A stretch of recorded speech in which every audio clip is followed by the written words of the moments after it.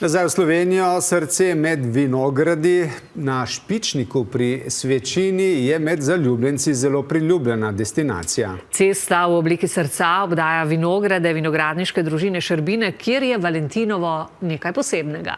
18-metrski vodnjak so prav na Valentinovo pred 2 letoma potopili steklenice predikatnega šardoneja in hrastov sod.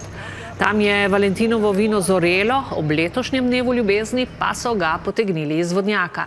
In menda ima čarobno moč.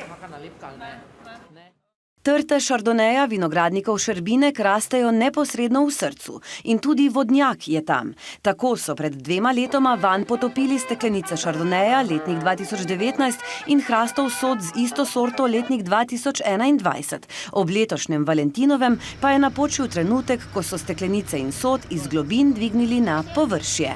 Staralo se je zdaj 2 leti v vodnjaku, bilo je dejansko konstantno na eni in isti temperaturi.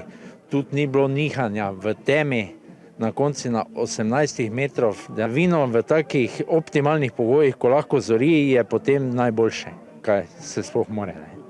Po 2 letih smo vino poizkusili in smo ugotovili skupaj z Robijem in Anito, da je vino v odličnem stanju. Za Valentinovo vino pa so dijaki Srednje šole za gostinstvo in turizem Maribor oblikovali tudi posebno grafiko. Obiskovalci so ga z veseljem poskusili.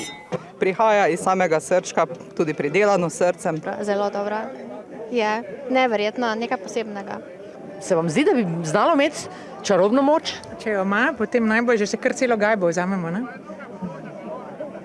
Se popolnoma strinjam. Vino je vrhunsko, ima poln okus, mislim, da je starostjo samo pridobilo.